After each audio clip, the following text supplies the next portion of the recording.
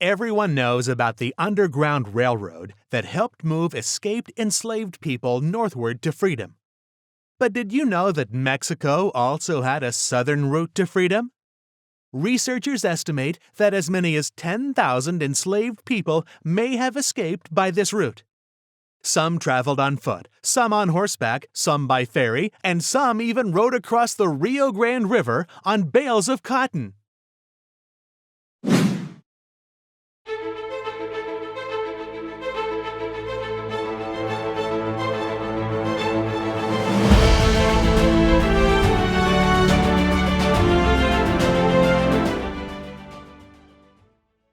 A nation grows apart. How did differing cultures and economic and political policy in the North and South drive America apart? Throughout this video series, we will be looking at how early America often struggled as it expanded geographically and developed politically, economically, and socially.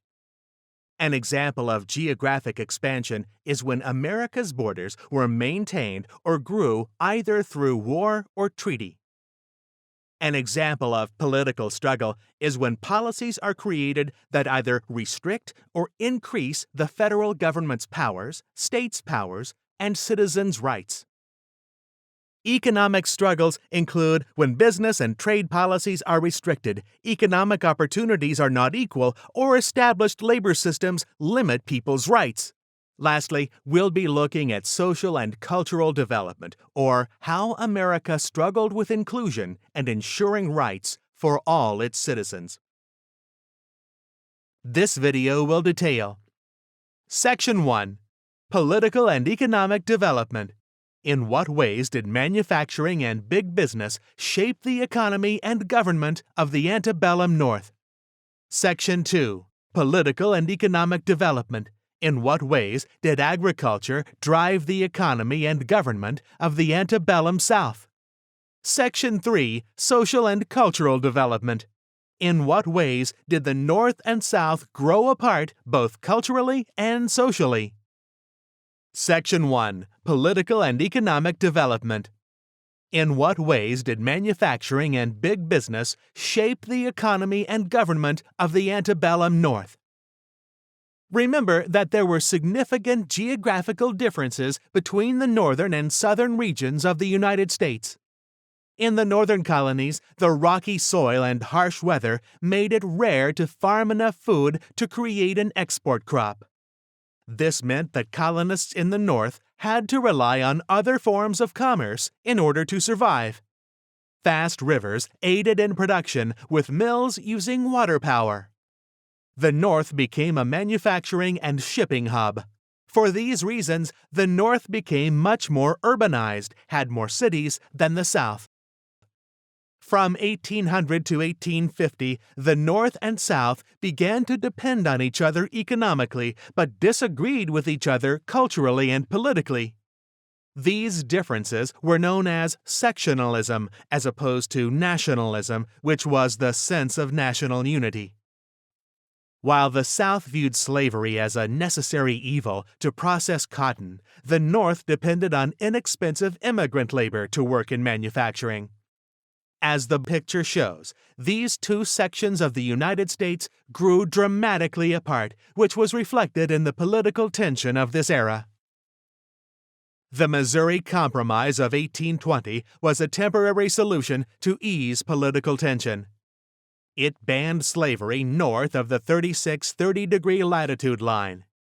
The compromise allowed the new state of Missouri to enter as a slave state and the new state of Maine to enter as a free state. However, from 1820 to 1860, differing social structures and strong beliefs about political policy and slavery in newly acquired territories slowly tore apart the Union. The North and South also disagreed about tariffs. A tariff is a tax on imported goods. Tariffs are typically created to protect domestic manufacturers as imported products become more expensive, making domestic products more attractive to consumers. Northern industrialists supported tariffs because they protected American businesses, making American goods less expensive in comparison to imports. One key leader in the North during this period was Daniel Webster from Massachusetts. He spoke out in favor of tariffs. Webster's view was that the federal government must consider the country's well-being as a whole. The states should support that and not try to undermine federal laws. He once said, "Liberty and union, now and forever, one and inseparable." Under the Missouri Compromise, was Missouri admitted as a free state or a slave state? A. Free. B. Slave.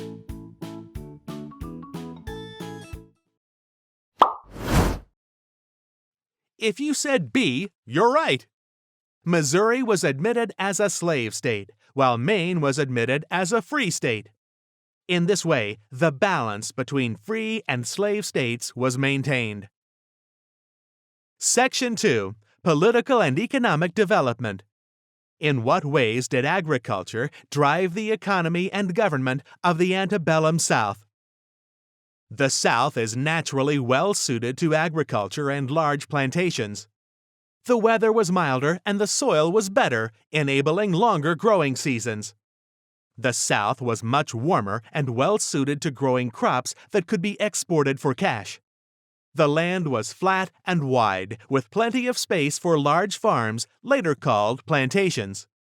Cash crops such as tobacco, indigo, and later cotton would drive the Southern economy. Because they had little manufacturing of their own, Southern states were much more dependent on foreign goods. For this reason, they generally opposed tariffs, taxes or extra costs applied to imports. Tariffs made foreign goods more expensive. Southern states called the large tariff passed in 1828 the Tariff of Abominations. They objected strongly. In fact, they decided that this meant states should be able to nullify or cancel any federal law they disagreed with. This idea of nullification divided the country. It reinvigorated the question of how strong the federal government and its laws should be. One of the most famous political leaders in the South during this time was John C. Calhoun, the Vice President of the United States. He was strongly in favor of states' rights, saying, "If there be no protective power in the reserved rights of the states, they must in the end be forced to rebel." Calhoun was from South Carolina and supported his state in passing the Nullification Act. This state law declared that the 1828 and 1832 national tariffs were void and would not be observed in the state of South Carolina. This provoked a strong reaction from President Jackson, who threatened to use the army to enforce it. Another compromise was reached to solve this nullification crisis. In this case, the solution was proposed by someone outside of the North-South divide. Henry Clay of Kentucky offered the idea of gradually reducing the tariff over many years. His idea was accepted, but the tension continued to simmer. The major divides continued between the North and South in terms of economic interests. Of the many issues, slavery and states' rights were the most prominent. The Nullification Act passed by South Carolina gave who the right to declare any federal law unjust, any individual, any man, any business, the state of South Carolina.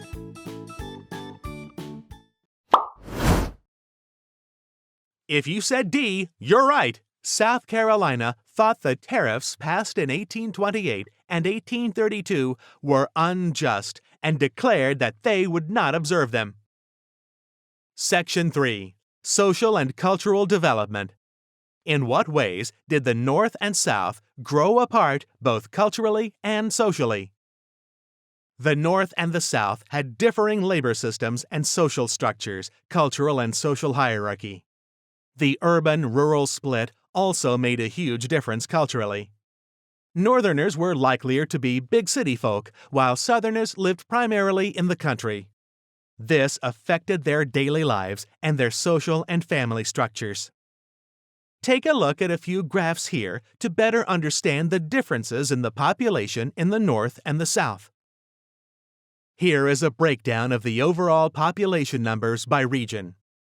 You can see that the North had a higher population, and the difference in size became even more stark as the 1800s progressed. Next, take a look at the urban-rural split. You can see that both regions still had many people living in rural areas than in the cities.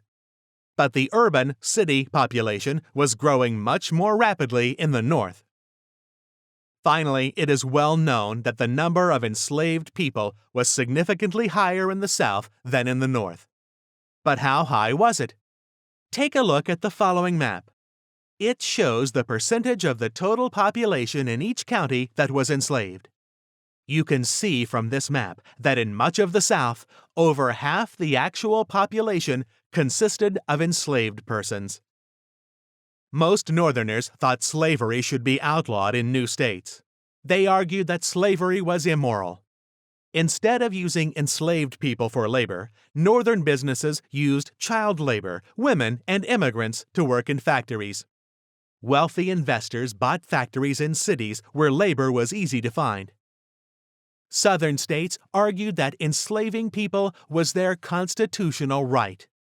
Enslaved people were considered necessary property for picking cotton. White landowners owned large cotton plantations in the South. They wanted slavery to be allowed in new states.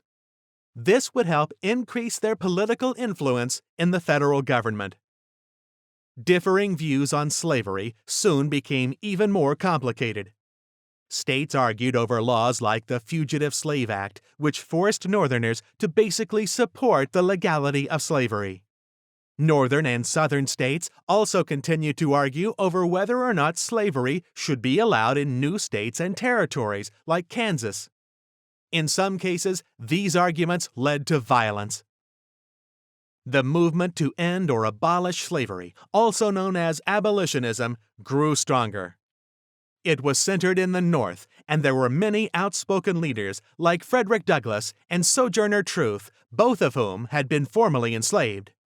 There were also many white men and women like William Lloyd Garrison, who published The Liberator, a newspaper promoting the abolition of slavery, and the 𝑘𝑐𝐫𝐿 sisters, who were Southerners and tried to reach out to fellow Southern women. Many abolitionists worked together to create the Underground Railroad, an unofficial network of people who could help runaway enslaved people escape to the North. The most famous conductor on this network was Harriet Tubman. It is estimated that she helped lead more than 300 people to safety. Many abolitionists, including Sojourner Truth, were also working hard to ensure greater rights for women. They asked for equality of opportunity in education, equal pay, and property rights. Elizabeth Cady Stanton and Lucretia Mott organized a large public meeting called the Seneca Falls Convention to discuss women's rights. But it wouldn't be until 1920 that women finally gained the right to vote in the United States. Who said it, Northerner or Southerner?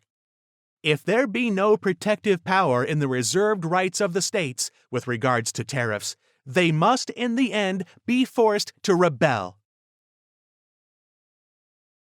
That's right, it was a Southerner, Senator John C. Calhoun. He was explaining his views on the rights of states and how they must be respected. Let's try it again. Is this quotation describing the North or the South? There are more than 5,000 young females employed in Lowell textile mill, and when you come to see the amount of labor performed by them in operating different machinery, you will be astonished. That's right, it was describing the North. The North had many factories and mills, some of which were primarily staffed by girls and women. Let's try one last time. Who said it? In all social systems, there must be a class to do the menial duties, to perform the drudgery of life. It constitutes the very mudsill of society. You dare not make war on cotton. No power on earth dares make war upon it. Cotton is king. That's right, it was a Southerner, Senator James Henry Hammond. He was describing the importance of crops like cotton and how that justified the use of enslaved labor. Today, the population of the United States is still debating intensely about political policy and what is right for America. Consider this: does where you live still affect your political and economic views? What may explain why the Northeast of the United States are mostly Democrats and the Central States are mostly Republicans?